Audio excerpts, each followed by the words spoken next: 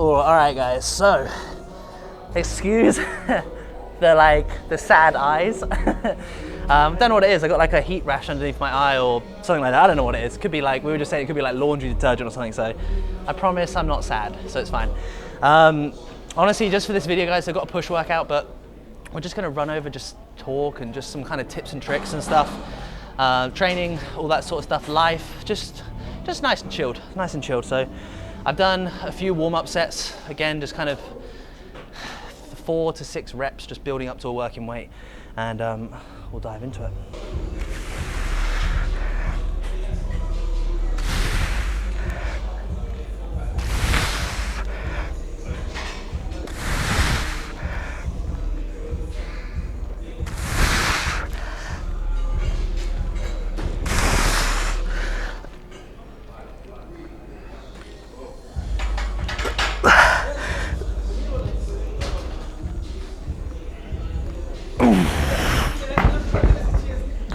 I'll take that.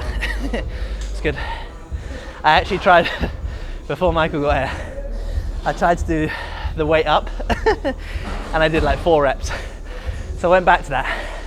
So that's actually good, considering I did a heavy one before.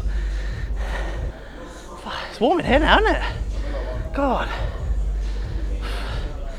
Yeah, guys, so when it comes to like, I think there's always still a little bit of confusion around like a top set and a back off set. So for example here, one set, it's gonna be 6 to 9 reps. You take your time building up to that weight. So it could be 3 kind of feeder sets, warm-up sets. But in those warm-up sets, you're not doing any more than like, sometimes 1 rep.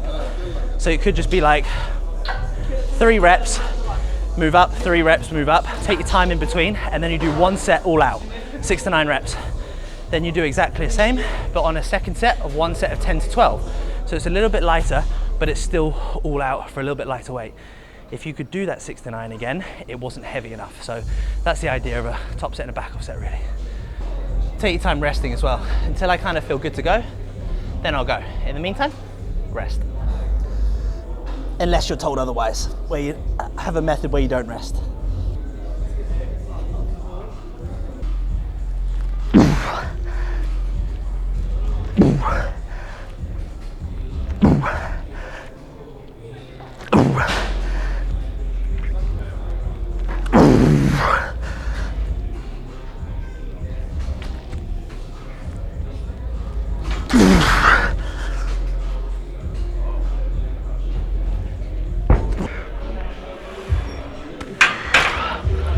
Yeah, it's an interesting topic, to be fair. I don't know if you've got any of it. So I was just talking to Cam, who coaches me, and like we see each other every day, but it's really interesting to see, just to talk and think about like how we all need our own purpose. We all need our own purpose and a goal of some form. And he was just saying how the last couple of months he's just tried to almost not maintain, but be very content with how he is, which I think he has. But it's just, he just said like how we're always striving for more, and it's so true. And I'll release a podcast. Michael's going to do the podcast for it as well. So me and Haley spoke about this on the podcast, and sometimes it's being about really content with where you are, and you always should be.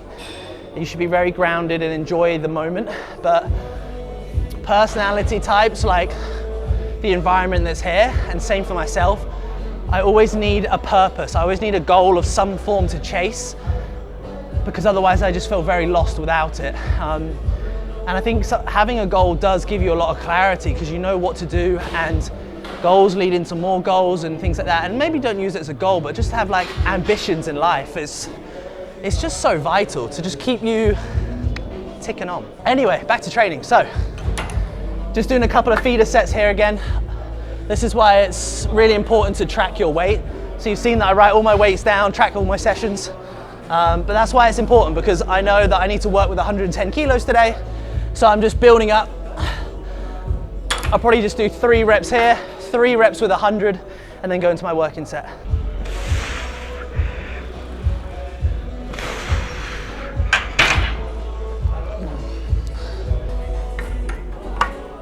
Oh man, the other day, a few of us are training legs. Oh, when I saw you, when you came in afterwards, a few of us are training legs and we just couldn't find any weight.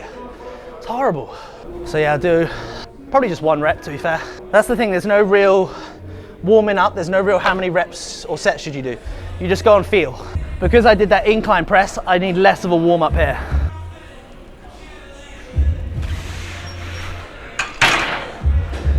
Yeah. I think they're hiding all the plates from me. I have to pee first. All right, 8.5 last time. Let me get 9. Ay.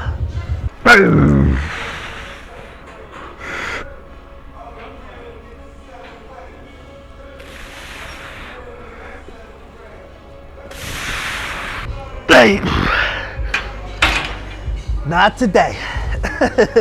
Oh, it was smoother, much smoother. Always remember that progress isn't always reps, sets, weights. It moved a lot smoother than the last time I did it. And also you got to consider I did like technically one more set than I should have done on that dumbbell incline. So try and do 2 bro, tried to go too heavy. Stupid idea. Thursday, Sunday today, Thursday, we fly back to the UK for first team shoot of the year. Then I'm in the UK for like 8 days.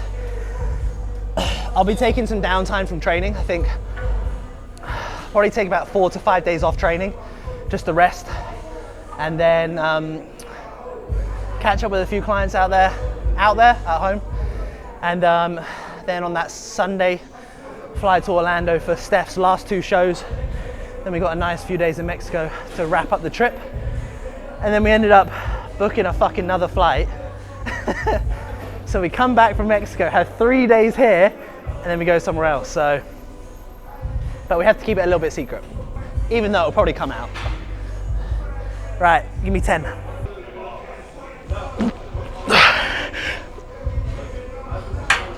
Oi. That was so slow. Oh yeah. It's amazing how much you notice that for when you did. So obviously I did that one heavy set of dumbbell incline that I shouldn't have done, and it'll affect the rest of the session. When you're that accurate with it, it'll show. So we're gonna go into shoulder press now. A little bit higher volume. I'll take the weights with me because it's like cardio. Take your time setting up all machines. It's like, I think the biggest thing is that people like rush workouts. Like, you're in here to focus on yourself and do you. So take your time, make sure everything's all set up, the machine's set up. And then a lot of time, again, like worried of injury, I'm like, well, don't rush the setups, don't rush warming up and things like that. And the chances are you won't get injured. So it's absolutely fine, especially when you're using machines and you're isolating muscle groups, it's absolutely fine. I changed my technique a little bit on this one. I like to kind of push my bum a little bit further forwards, lock in the shoulder blades, keep it all locked down, feet, hips and glutes all wedged down. But I just prefer, if I'm dead upright with shoulders, when you're dead upright with a shoulder press, it puts a lot of pressure on the joint. But if you lean back a little bit, I'll have a slight decline. It just takes a lot of pressure off the actual shoulder joint.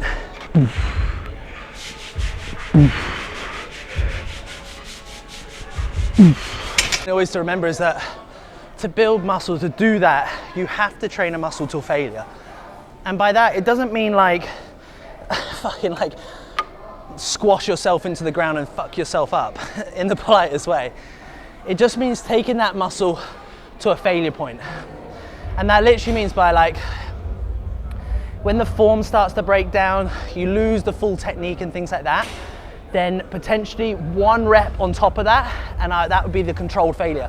Because when the form starts to break down, the technique starts to break down, you might be able to squeeze 1 little more rep out, or maybe 2, but then past that, the form's really gonna break down, and then you're using other muscles. We're here to isolate muscles, to develop muscles individually, so all we need to do is take this shoulder, it's not a big muscle, to its failure point.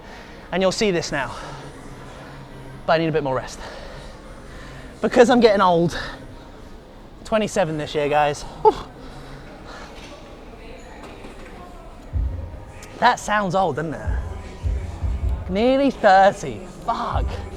I used to be a kid. I used to be like a nice kid. Not anymore.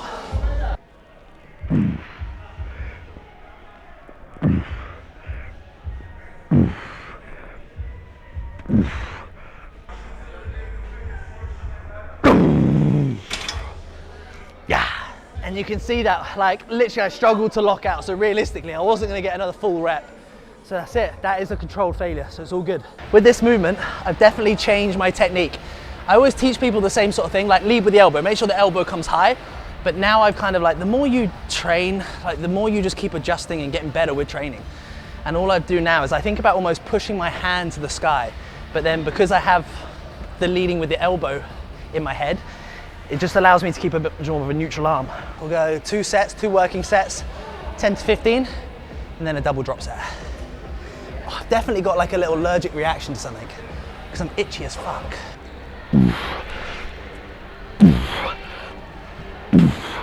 And you can see there, when I kind of got to 10, 11 reps, I couldn't get that full squeeze at the top. So I just kept constant tension in the side delt.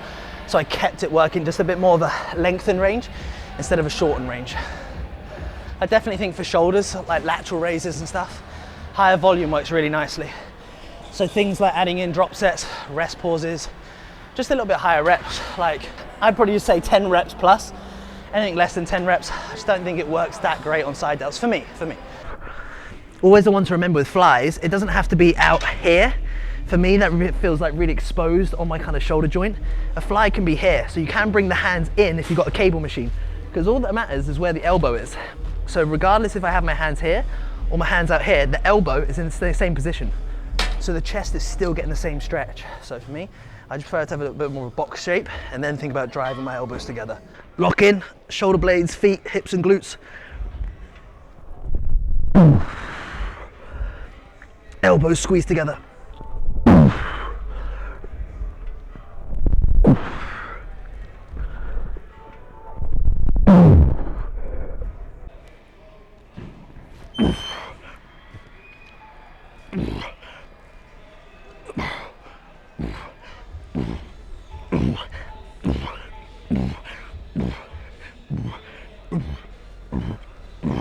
Kind of got carried away with that one, apologies. 1 set, working set, 10 to 15 reps, and then a double rest pause. You can see on the rest pauses, I couldn't get it all the way up, so we literally just kept in that partial range, so that length and range. The full 10 to 15 were in that full range, so really short in the side delt at the top, and then we just went into a lengthened range. So essentially what it means. And when I say lengthen and shorten, all it means is that's short because the muscle's at shortest, a bit like doing a bicep curl. That's the shortest. When it's lengthened, lengthened. A bit like the side delt, lengthen range, shorten range. All right guys, so very good movement. Once again, I know you've seen this before, because training doesn't change.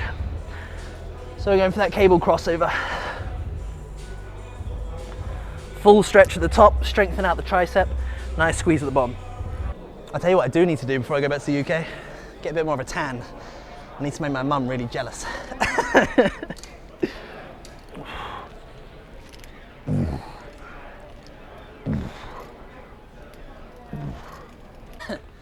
Stay away from the family group chat. I think families just love a family group chat, isn't it? And you look at it and you're like 50 messages behind and you're like, oh, fuck. I'm just gonna look what the last person said and go off that.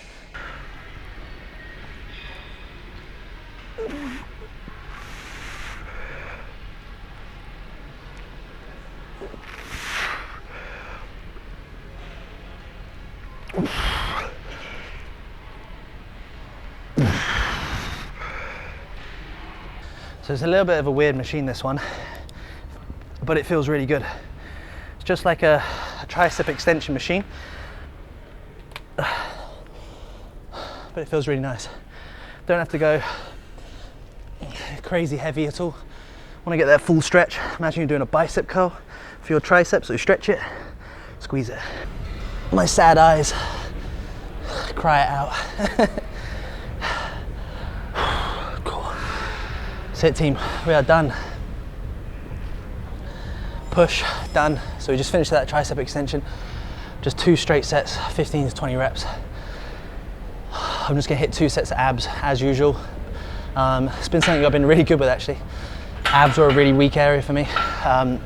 So just made sure that I prioritize those every training session throughout this off season. And that's it, yeah. That's it, we're done. It's probably the last session that I see Michael for a period of time. So obviously I'll just make sure I vlog and then Michael will do all the editing for that. So we'll try to get like 1.5 vlogs a week. No, we'll try and aim for 2 because at least there'll be different things to see besides just training and home life really and just work.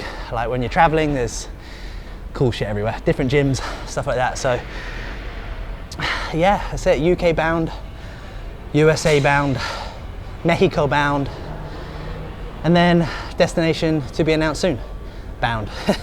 So it's cool, guys. But yeah, that's it really. Nothing too much to report. Just stick your head down, do you, focus on yourself, and that's it. That's it.